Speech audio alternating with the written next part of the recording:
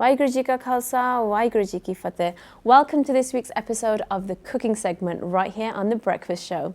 So today we're bringing you a brand new and exciting recipe that hopefully you can make in the comfort of your own home.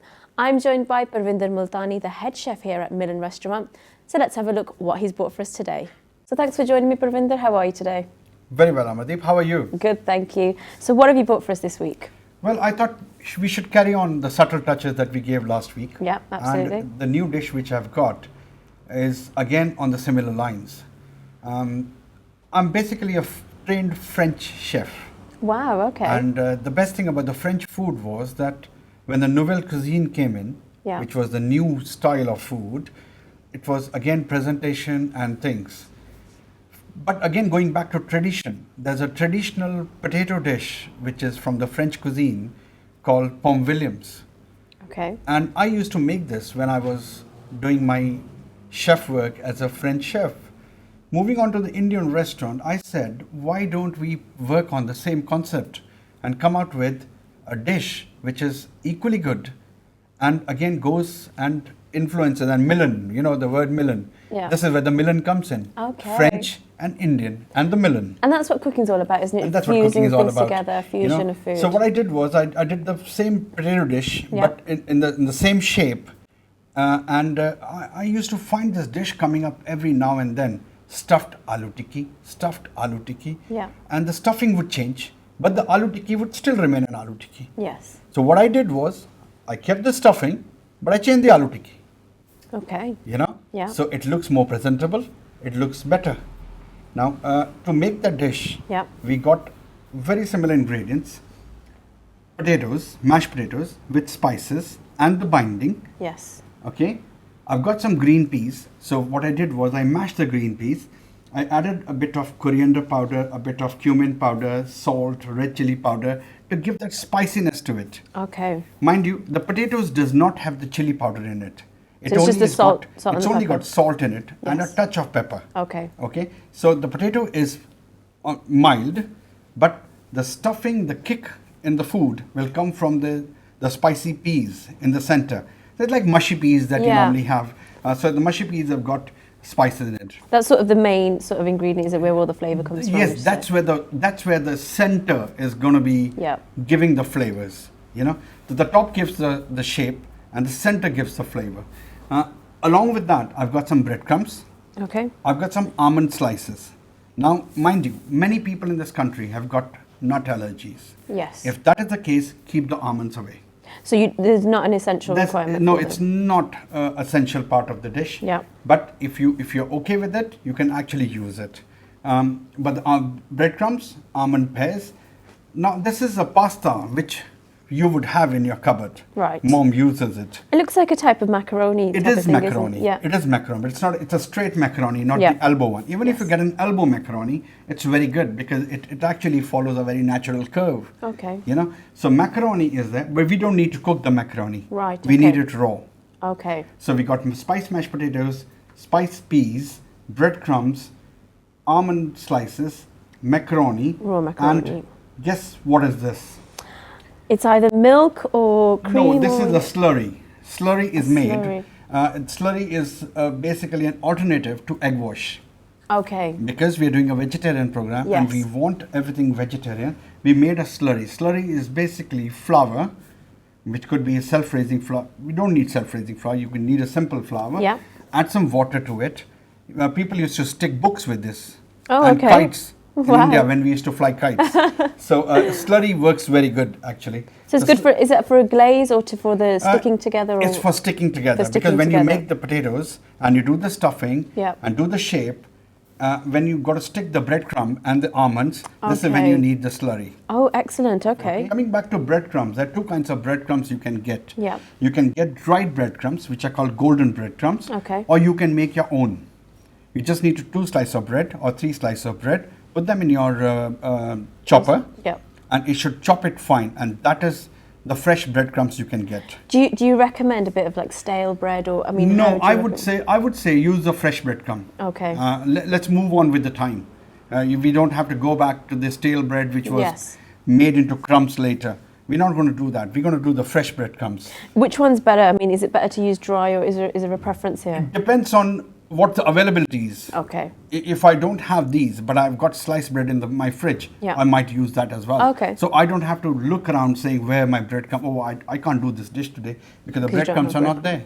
So if you've got mashed potatoes Yep. and you got the crumbs, and if you look at the ingredients and we got all the ingredients what we need, then this is where we go. And also what we're going to do is we're just going to put some almond pear. We don't need too much of almond pear Yeah. because it's just going to be spiked. Sometimes what happens is when you're frying it, the almonds tend to fall down. Okay. It doesn't necessarily stick to it all throughout, but the crumbs will. Are you going to use some for garnishing later, or is that all that you're using? I've got other ideas on presentation. As I told you, the Yeah. presentation is again the most important It's bit. key, isn't it? Yeah. You know, when we come to the presentation, that's when we do it. Great. Now we got to mold the potatoes, Yes. and this is coming to the most important thing. How do you move far away from the tikki, still sticking to the roots? I'm going to take a portion of my potatoes, which have got the binding in it. Again, a decent portion, Yeah. not too big, like what we discussed earlier. Okay. So you just Make got that about a into handful ball. again, yeah. Yes, and then with your thumb, you make a well in the center, Okay. or make it slightly more bigger. Okay, and another thing, you might have to do this prep a bit before. Okay. You can't do it on the spot and it can't be hot because there are lots of molding which is being done here, and the molding. Revolves around it being quite cool, Yes. doesn't it? So we need to make sure the ingredients have cooled down and they're ready to Yes. use. You can do another bit on top Yeah. of the potato to make sure that the stuffing. That's does all not- covered, isn't Now, this is where the difference comes in. it? Yeah. Rather than me flattening it, look at my fingers, how my fingers are moving. My thumb is giving a shape, while the other hand is giving a shape, another shape. So you're getting the narrow bit at the I'm top. making the round here, Yeah. but I'm making a dome on the top. Okay, so you're getting that sort of pear shape there Yeah, now. pear aren't we? shape. Now, That's now it. if you look at it in the raw, Yeah, you can actually get a glimpse of what I'm trying to do. absolutely. You can see that shape forming know? there. Now comes your macaroni. So that's literally just for show, isn't it? The macaroni. It's just Yes, to it build the actually shape. finishes it. It's like a crown. Yeah, Okay. Now, when we put this into the slurry, yeah. And this is what's going to help all those breadcrumbs and the almonds stick to it. the Okay. outside of it. Make sure one of your hand is dry. Yeah. The other hand can get wet with the slurry. Otherwise, you'll be struggling to find something to keep your hand dry. Right. Okay. So we're just trying to cover the whole of that shape there, aren't we? Yes. So try and get. And now, all if those you bits. look at it, you can see the pear shape really forming there. what you need to do is you can flatten the base Yeah. and just keep it on the side.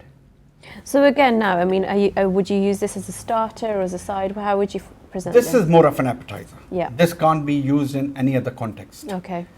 Yes, the concept can be used. You can have the aloo tikki with the spicy in the center, make it like a burger, make it like a sandwich filling, Yeah. or have it as a tikki. Yes. Okay. The other option that you can do is instead of putting the crumbs and the almonds, you take vermicelli and mix the vermicelli with the breadcrumbs. So those are just like the thin noodles. Yes, aren't we they? will do Yeah. that in coming days, and Yes. that would be a bird's nest. Oh, okay. You know, that's another interesting take on it, and this is what the youngsters can actually look at it. If you tell a kid, come and have an aloo tikki every day, he might not like it, but Yeah. tell him, come, I'm going to give you almond pears today. I'm going to give you naram dil tikki today. I'm going to do a bird's nest for you today.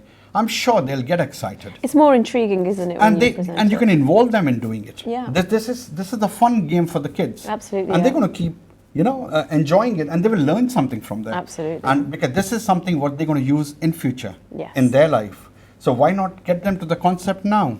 And again, the ingredients you're using, they're quite healthy. I mean, the potatoes aren't fried at the Well, moment, again, they're just boiled. going back again to my basics, what I normally say, you got carbohydrates, Yeah. you got the greens there. That's it, yeah. You know, you're going to get the other bit from here, the frying. The frying, yeah. Whatever calories you get. But we still haven't finished. Yes. Okay. So the other items which are going to come, they will come during the presentation. Okay. To give that more taste, I'm trying to use a couple of sauces. Okay. That's going to be a sweet sauce, a tangy sauce, and a mint sauce. And that's just adding to the flavour. Just getting adding all to that the flavor. combination, It just isn't it? enhances it. And this Yeah. is what the idea of garnish and presentation is. Okay. I've got some sweet yogurt in a bottle. It's easy for me to work around with the bottles. Is that just plain, or is that It's anything plain added? yogurt with some sugar in it. If Some you sugar. love rose water, Yeah. you can add a Add touch some. of rose water. Okay. Okay, Right. it makes it even better. So I've got the yogurt. So just I've spread that across the spread plate. the yogurt Yeah. around. Now, to make it slightly more interesting, I've got tamarind sauce, again in the same way. But what I'm going to do this time is Place a few dots on there. few drops, but I'm just following a symmetry. Right. Okay. Just to get that equal space in So between. it becomes equal. Some things look very good Yeah. when you do them abstract, but something uniformity comes as a tool. Absolutely. Now the places which are empty, I'm going to put mint sauce. Mint sauce. Is that mint and yogurt sort It's of mixed mint and together? yogurt. Yeah. So you've got the imli, the tamarind sauce, and Yeah, you've just so got sweetness comes from the yogurt. Yeah. The tanginess comes from the imli. Okay. And the mint obviously gives you that mint cooling flavour. touch. Yeah. I can leave the plate the way the plate is, Yeah. but I'm not going to leave it here. What I'm going to give you is a trick. Oh, okay. Take a toothpick Yep. and put this in the center and just go around. Wow, that is see so what you simple, get. but that's amazing, So isn't simple. it? You've got these little heart shapes going through. Yes. Brilliant. I love Okay? it. Yeah. And now what we're going to do is we're going to put these 3 almonds, hot almonds, in the center. Pears. Then we're going to take this garnish, And that's just coriander, is it? just a leaf of coriander. Now tell me, is this the aloo tikki that you're used to eating your mom cooking? Absolutely not. But I can already see all those flavours that you've put in, all the Yes. almonds on the side, the crunch there. Yes. And that looks absolutely fantastic. And again, so simple, so easy to do. And you wouldn't think of it until someone just shows you. I love it. That's fantastic. So there we have it. That was our almond pears recipe. Again, very easy to make. You can make this at home using just very simple ingredients that you already have. So you've got the mashed potatoes with the breadcrumbs, you've got the spiced peas and some pasta, some macaroni, and you've got again the breadcrumbs and almonds, putting them on top. So very simple to make, and that was our recipe of this week. So join us again next week for a different and new recipe. Waheguru Ji Ka Khalsa, Waheguru Ji Ki Fateh.